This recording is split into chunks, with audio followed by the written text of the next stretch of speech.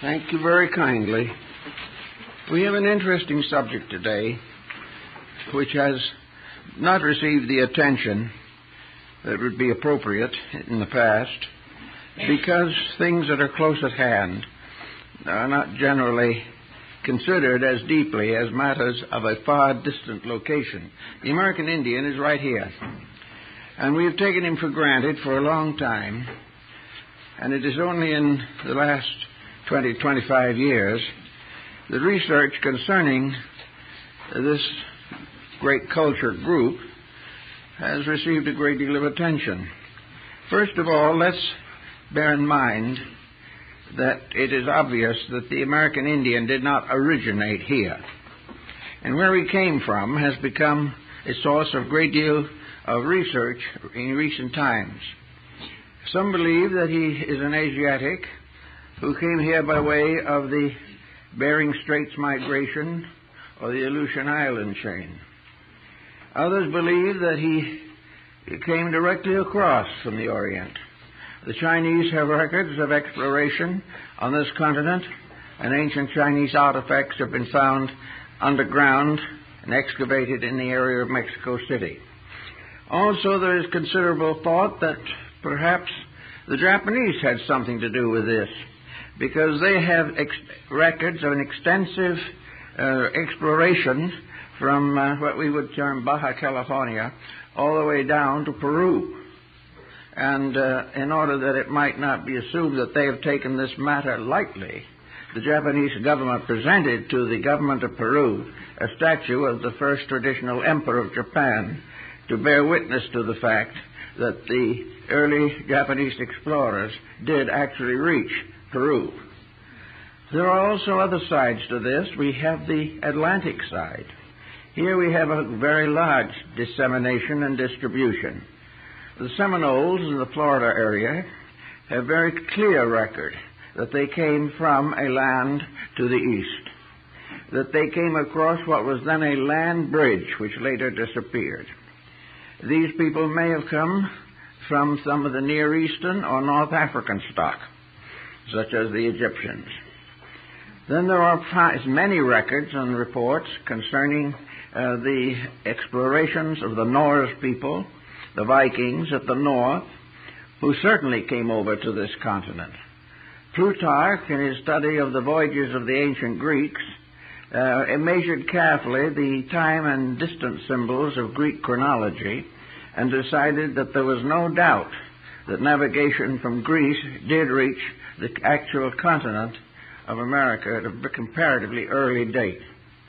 Plato, of course, in his discussion of the submergence of Atlantis, points out, as he says, that after that continent was destroyed, navigation to the west ceased.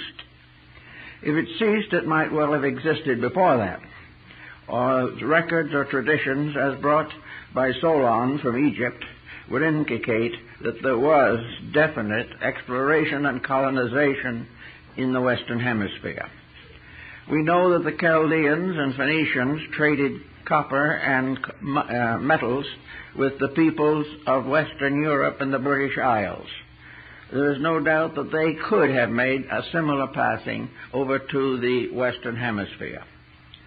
We know that the idea that it was an unknown area, completely forgotten or ignored up to the time of Columbus, simply is not true.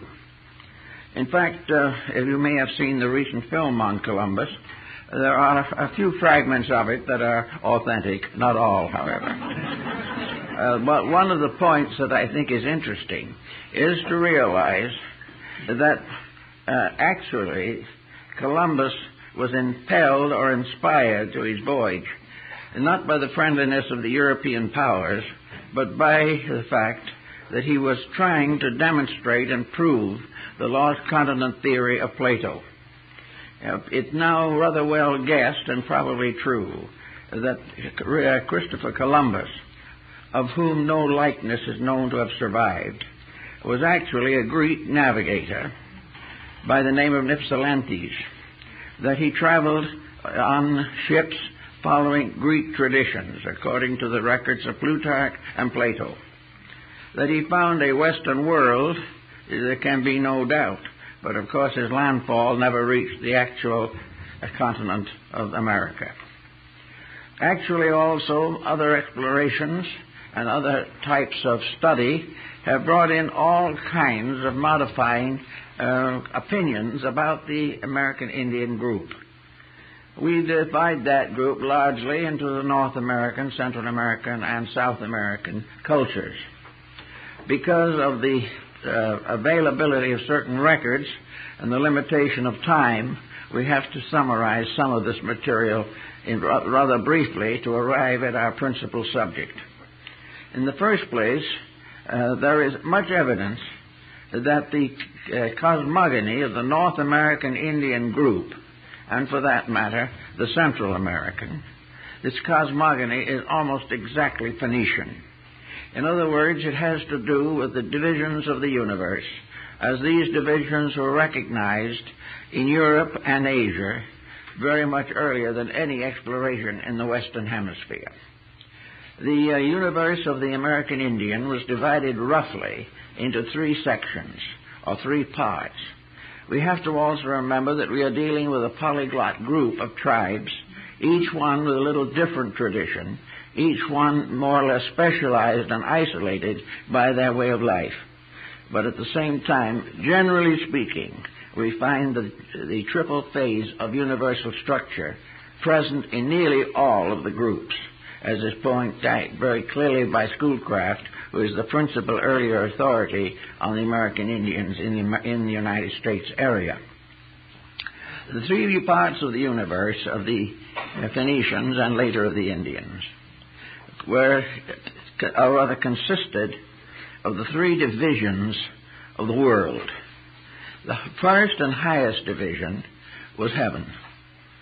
Heaven was a vast expanse. Heaven was the abode of the primordial powers, the forces, the principles, from which all other things descended. The second division was the earth, in which the peoples created by the various deities lived out their destinies. And the third division was the underworld. The underworld was not regarded as a purgatorial region, but a dark earth from which all mortal things grew or came forth. In the Southwest Indians, a deluge myth exists, and the chosen tribes were saved by coming up from the underworld on the stalks of corn. They therefore came, and most mortals were believed to have come from the underworld. This is almost completely Greek and Egyptian, because it is assumed definitely in all classical systems that the material or objective structures of things came out of the earth and were met in a middle distance by the powers of deity descending, and the union of heaven and earth produced man. This is the simple statement of it. Of course, it is much more complicated. But in this respect, it was assumed that the three parts of the world were the same in principle as those set forth by Ptolemy of Alexandria, by the Brahmins, by the Lamas of Tibet, by the Buddhists, by the Greeks, the Egyptians, the Persians, and the early Semites. They all had the same basic pattern. Now the question naturally arises, was this pattern transferred from one area to another by travel, migration, exploration, or missionary activity? Or did these divisions arise from the natural internal consciousness of the person or the being itself? This probably cannot be completely solved, but the general trend today is to assume definitely that there was a contact between the Western Hemisphere and the sources of European, Near Eastern, and Asiatic cultures. These points are practically all demonstrated firmly in the records that have since come into existence and which are now being studied. Now, if this is the way it goes in general, then we have to consider how a religion develops within a tribal structure. Here we have, for the most part, except in the Southwest area, migrant peoples, tribes and groups that travel about over a vast area comparatively uninhabited. These groups were isolated into brood families.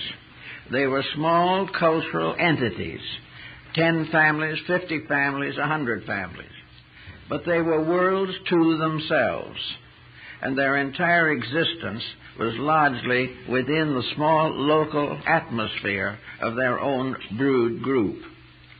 Now, over the brood group in the Indian philosophy of life, there was always the brood mother, and the descent was very largely on the mother's side, which follows almost precisely the teachings of Egypt. In Egypt, the descent of families was measured by the mother's family, and the royal of the line of Egypt descended on the mother's side. So in the brood family, for some unknown reason, they used the same concept as brought the pharaohs of Egypt to their thrones.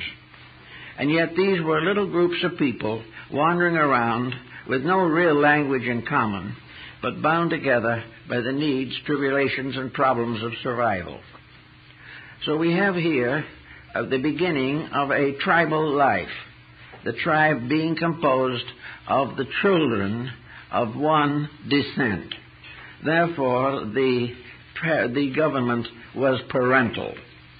It was neither the government of the father nor of the mother, but of the family. And the tribe was a family. It did not consist of a series of individuals, each working out his own destiny as he saw fit. Everyone was related to everyone else, if not physically, at least psychologically. Now, in the Pueblos of the Southwest, of course, it became obvious that this parental concept, the one brood family, could result in difficulties, particularly genetic difficulties. Therefore, among the Pueblo peoples, there was always a division.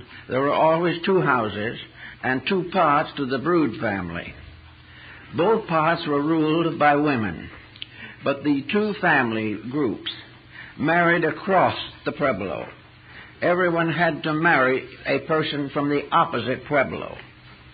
Now, how did they come to this particular conclusion, we do not know, but it is part of the ancient tradition that came down to them from the olds, from the wise ones, from the good, from the great that had gone before. Because they had no written language, it was inevitable that the Indian would develop the storyteller, the wise man, the sage, the sachem. They were all people who carried forward the tradition by word of mouth. Every young person growing up in an Indian tribe was instructed in the orenda of his people. Orenda was the atmosphere, the psychological realities of things. The tribe was held together not by birth primarily, nor by location, nor by mutual struggle for survival. They were all factors. But the principal factor was the orenda. And the orenda is a term we have finally gotten into the English language, but it had to come through the German before it got here.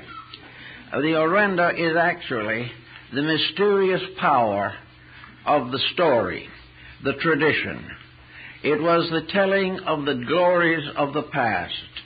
It was a way of stimulating in each young person a respect for that which had gone before, and a determination to live up to the standards of integrities that came down from the ancestors. Now, this concept of orenda could be traceable to China, where the same concept was very strong, that each individual was responsible for preserving the reputation of his ancestors. This came in some cases to ancestor worship, and there were traces even of this in some of the tribal rites and ceremonies. But in any event, the orenda was to make you proud of the fact that you belonged to your tribe, that you had job and duty to perform, that it was your need and proper right that under all conditions you would sacrifice yourself for the common good. Each individual was therefore a defender of his people. And in this sense, the tribes developed a certain survival pattern, that was useful and helpful. So the old taught the new. The old gave to the young the story of the people, and also the story of the dreams of the people, the hopes, the aspirations. It was also natural, of course, to follow in this situation the policies of the other continents. And one of the great policies of migration and migrant peoples was the policy of the masters of the journey. When a caravan left Egypt for the central part of Africa, or when one in the Near East traveled on from Damascus to Antioch, a caravan was a unit of people. A Mobile Indian tribe was also a caravan, always on the way. The Plains Indians had to travel to maintain the source of resource.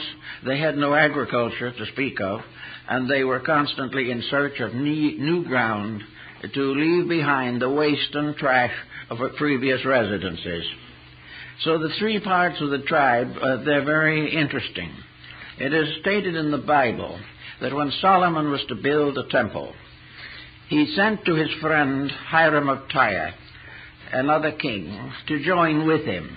And together they produced or brought together a group of workmen under the leadership of a master artificer. And the great temple was built by these three men working together: Solomon the king, Hiram the king, and Hiram the great artificer. Now in the caravan, as it goes today across the wastes of Asia, the moment a caravan is organized, it becomes mandatory to elect the officers that are to rule the caravan, because caravans could be attacked by terrible storms, they could be attacked by wicked brigands, they could come into many kinds of evil, and it was necessary for the caravan to have a fully organized structure even before it set out. Maybe there would be 50 or 100 camels or more, but they had to be an organization to carry on the caravan. So they elected the master of the caravan, who is the final voice in all things relating to the journey.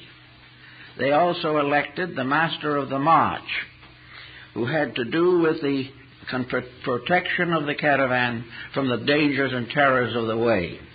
And the third officer was the master of rest and repose. He was the one that chose the campsite, made arrangements for water and food, and did everything that was necessary to protect the caravan through the hours of darkness. These were the three officers that had charge of this important phase of existence. Now, among the Sioux people and among most of the American Indian tribes, every tribe had these three leaders that were appointed, that carried on the work of the people, maintained the tribe in its function, and probably the most famous of these was the Sioux triad, consisting of Chief Gall, Crazy Horse, and Sitting Bull. That particular tribe, the tribe that finally was the undoing of General Custer, that tribe had first the leader of the whole tribe. He was the one who corresponded to King Solomon.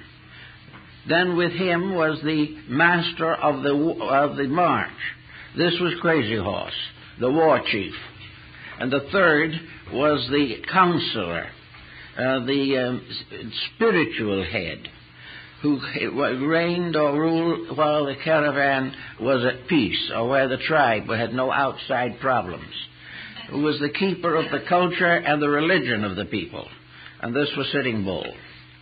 Now, how was a person like Sitting Bull appointed?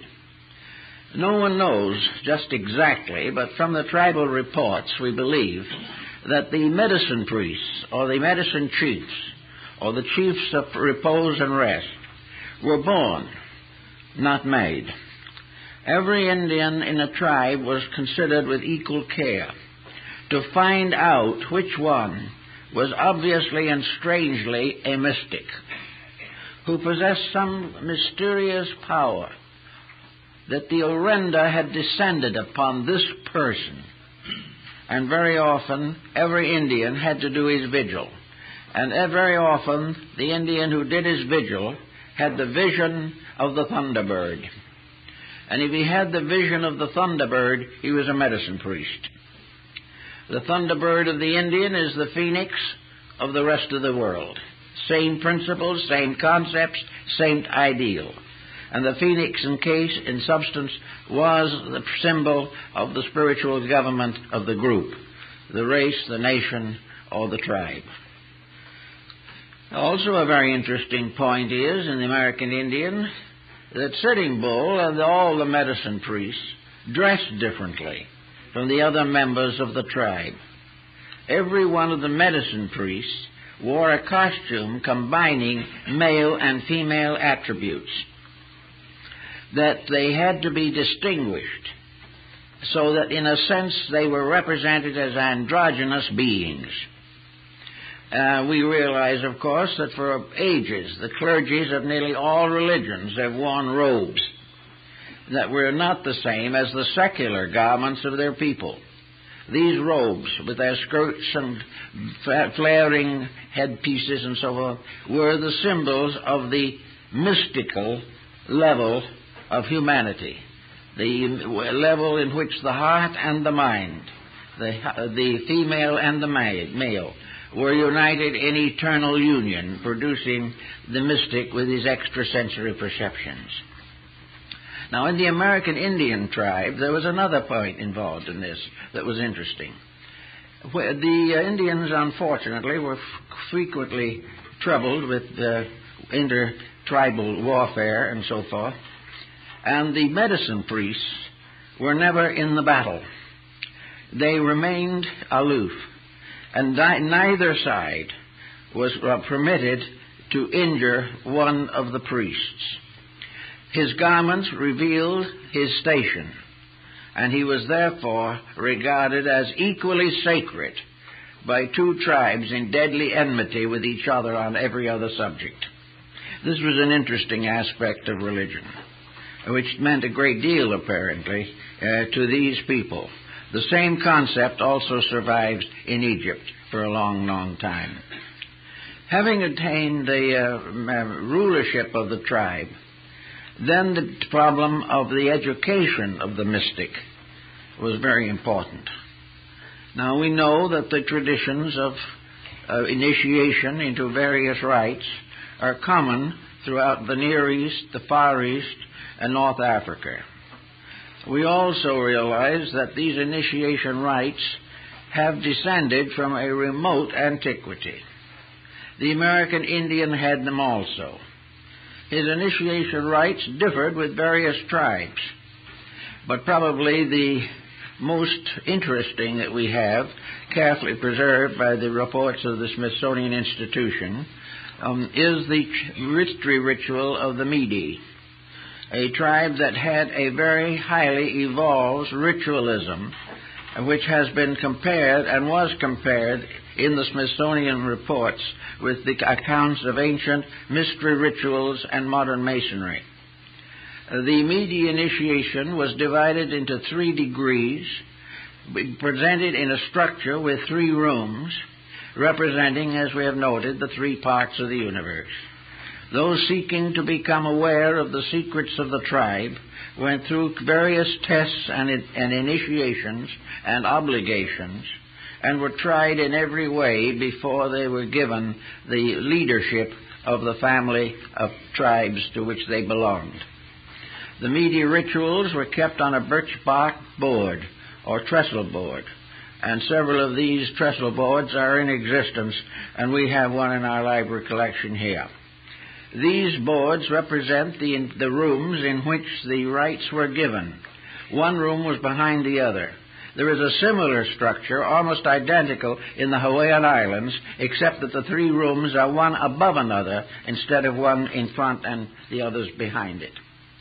So all over, these things were commonly held, and they are very important to our thinking. If, for instance, a young person is born into the tribe as a mystic, to become a medicine priest, Of course, he must first do vigil. He must go forth and find his place in the larger universe. The Indian realized very much what we know now as a mysticism or a psychism.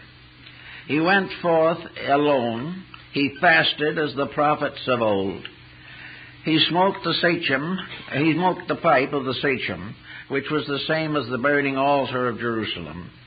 He put his prayer flags on this ground, as the Tibetans do, and he put on these little sticks, the feathers, which were the symbol of the creation of a square lodge or a room, and he sat in the midst of it and prayed and meditated and asked for help, to call upon the old and the true and the wise, the ones from the great medicine lodge in the sky, who were to come down and tell him what to do and how to live, and create with him a contact by which he could ask for their help whenever it was necessary. This ritual system went on until testing, proving, and initiating were confirmed by the tribe as having been successfully experienced by the novice. He was then given the position of a tribal teacher. I asked one of them once how he gained his knowledge of healing, for healing was perhaps the most important of all the mystery rites of the American Indians.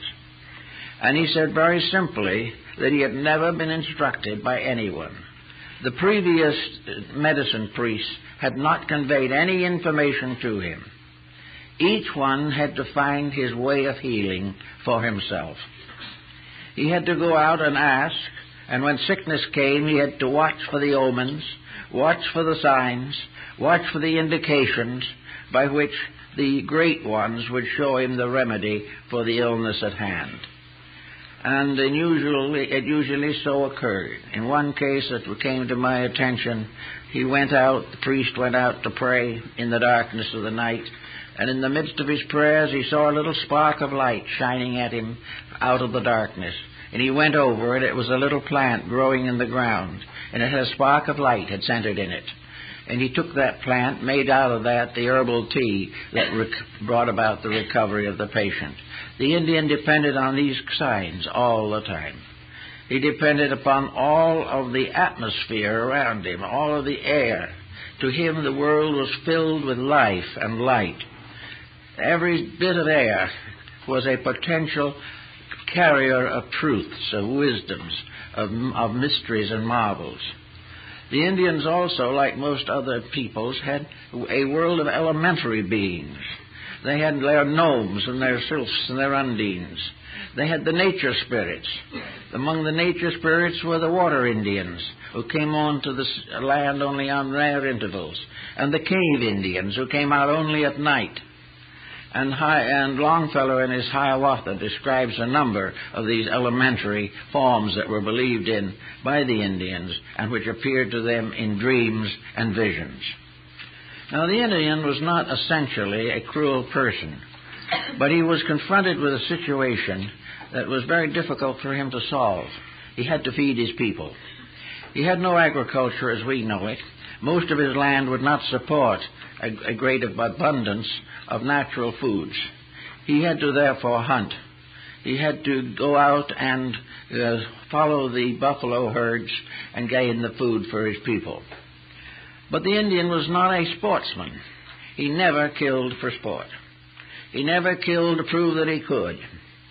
And he took a very deep and mystical and mysterious attitude in connection with hunting for food. When he found that it was necessary for him to kill a buffalo to feed his people, he would sit down very quietly by the side of the slain animal and bring out his pipe of peace and bring out the symbols of meditation and prayer, and he would thank the spirit of that animal. He would explain to that animal that it knew as well as he knew that the people were hungry, that he had not killed for sport, nor had he killed because he disliked the buffalo. He killed because his children had to have food. Now, this sounds somewhat as an appeasement, but there is a second line to it that is much more interesting. because the Indians had a belief that every so many thousands of years, animals and humans exchanged places, and that in some time in the infinite future it would happen that he, as the hunter, would be in turn the hunted. So he said to the spirit of the buffalo, "When the time comes and I am a buffalo, and you are a man, I will give my body as you have given yours." This was a religious conviction, and was one of the strange and rather interesting details of Indian thought and life. Now, the Indians also were very much given to solving problems simply and efficiently. They had very simple tribal laws, but in many cases their laws were exceedingly wise. If in a tribe where Sitting Bull was the medicine priest and the mystical counselor and the paterfamilias of all of these Indians, two young braves got into a quarrel. It was a bitter quarrel, and there was bad word and threat of violence. But no one could go against the medicine priest. So the medicine priest stepped in between them. They didn't dare say anything to him. And he said, "Dig a hole." So the two did as they were told. They dug a hole about 4 feet deep in the earth. And he then turned to one and says, "Say your hate into the hole." And he said to the other, "Say your hate into the hole. Now cover it up and shake hands." That was the solution to a delicate problem. And also Sitting Bull was responsible for certain laws concerning the treatment of people. If, as was sometimes the case, hunting was difficult, and food was not too abundant even from the herds that were still undecimated, the Indian finally came back with a kill or food or whatever he could bring. Immediately the medicine priest took over. In fact, he didn't have to after the first time because it became automatic. He said, "You have food. All right. You must not say who you are or what you bring, but each of you in secret will take a piece of that food and place it at the entrance to the wigwam of every widow and every child. They eat first. If there's not enough, the brave man does not eat at all. If there's enough, the old and the young must come first. The sick must also be considered. And only what is left shall be divided equally among all the rest. No one shall have more than another. No one shall have less than another."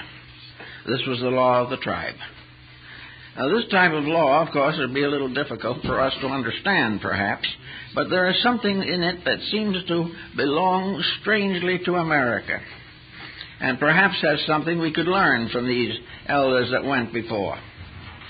Now, along the Atlantic seaboard, there was the most highly evolved group of Indians, probably, on the North American continent. And they formed together the Great League of the Iroquois. The Iroquois of the 6 nations and of the 7. The Great League of Peace. And this league consisted of what was called the Long House. And it said in law, now here is your Indian. He couldn't read or write. But he said the earth is one long house. Everybody on it is one family.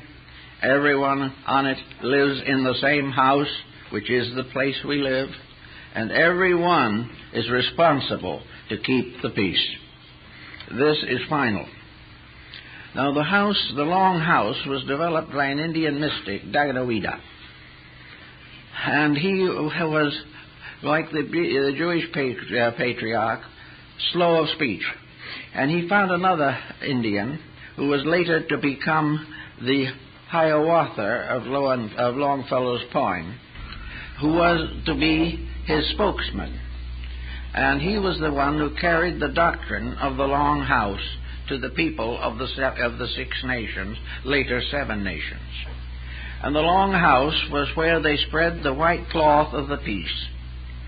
And it was a kind of Congress or Senate. Each tribe or division of the house, of the Long House, Each had its own representative called a sachem. We would call them a senator. They were the lawmakers, and they gathered at regular times to make the laws of the tribe. And it's interesting to note that the women of the tribe did not attend these meetings and did not participate in the legislative procedure, but they, and they alone, voted for and selected the senators. No one could occupy a position of authority in the Great League unless he was elected by women. The second thing that is interesting about this particular point, certainly, and one that needs perhaps more consideration than we've given it, and that is that the women of the tribe also implied and demanded a certain rule of the League of the Nations. That is, no senator could vote for anything relating to his own tribe. Every one of the senators could vote on everyone's tribe except his own, because it decided that there should be no way in which he could vote a special advantage to his own people. This is something that, might sometime have a thought for the future. You don't know. It has a point or two. Now, when the sachems met in tribal congress, the time came for the great meeting. The word was spoken. The door is open. The door is open meant that everyone could have his say. But, however, there must never be any unkind language. Never should one candidate or one senator rebuke another. No one should tell what was wrong with the other. He should tell what was right with what he thought was necessary. He should not say, I'm wiser, I am brighter, I am better informed than the others. He should say, this is what I propose. Everyone can have their own say. And when it was all finished and it was decided what was going to happen, then the door was closed again, and these senators went back to their normal tribal responsibilities. A group of these were sent to England at one time in the early days, while the tribe of the League of Nations was still very powerful, and presented at court. And they made a tremendous impression. They arrived in full feathers, with all their bearskins and their moccasins and their beadwork. And the reports of the English government at that time said that they were the most solemnly honorable people they had ever seen. That they were there for a purpose. And they did the purpose for which they were appointed. Now the tribe went along and gradually involved some other members, and was gradually becoming a very powerful instrument. It still exists in certain parts of Canada as a tribal rule or a tribal law or procedure. One of the most interesting points, perhaps, in connection with this was the relationship between the Great League and William Penn. William Penn was one of the white people whom the Indians learned to really like. And they admired him on the ground that they knew he would never break his word, that he always kept his promise, and he was always fair to them. When Penn came to the United States, he brought with him a grant of land from the King of England. The King of England charged Penn's family and those settlers that went with him a very tidy sum for this grant. So when he left, he told the king, he had an audience with the king, he told the king he was going to make arrangements to purchase this land from the Indians. And the king said, but you've already bought it from me, and I think you paid a pretty good price for it. And Penn said, I'm sorry, sire, I can't take it that way, because you had no right to sell it to me. It belonged to the Indians, and I'm paying them for it. This is what they liked about him among the Indians. Also, the tribe developed what was called the Peace Belt, possibly the first passport that we know of. The Peace Belt was made either shell wampum or bead wampum. And the great Peace Belt of Penn is in exhibition until Philadelphia now. But this Peace Belt enabled a member of the tribes to travel anywhere among all most distant and warlike peoples. And if he carried the peace belt, he was absolutely safe.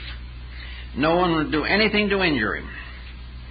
Because one of the things these people did have that was very important was they had a certain integrity of spirit that was not easily affected by changing circumstances. All of which now brings us to one of the keynote situations of the whole matter. What is the way in which we can best define the way of the Indian religion? First of all, we must assume that it is a natural religion, a religion that comes from observation and reflection, and not from indoctrination. The Indian lives close to nature, and like most primitive people, even now, the Indians had a very deep, mysterious communion with the earth. They came so close to dependency upon it that they gained a great respect for nature. They respected all life, every living thing. They respected and believed in life, and they believed that all creatures, great and small, had souls just as much as they had. That everything was alive, everything was divine in its substance and essence, and regardless of circumstances must always be treated with respect and decency. That we learn mostly by quietly contemplating the realities of life. In the Southwest, there's no doubt in the world that the sand paintings and the great chants of the Abachai are mandalas, that they are meditation symbols. They were created especially for a purpose, most of them, and that purpose was healing. But the actual symbol itself, if you go to one reservation today and one of the surviving medicine priests makes a sand painting, and you go to another reservation 200 miles away and have another painter do the same subject, these men have never met each other. They've had no contact of any kind, but there will not be the slightest difference between the two pictures. These pictures come down from a traditional background. They have carried in the mind for ages. They are part of the Orenda. They are part of the way in which the Indian, not having a written language, makes pictures of the realities of his own existence.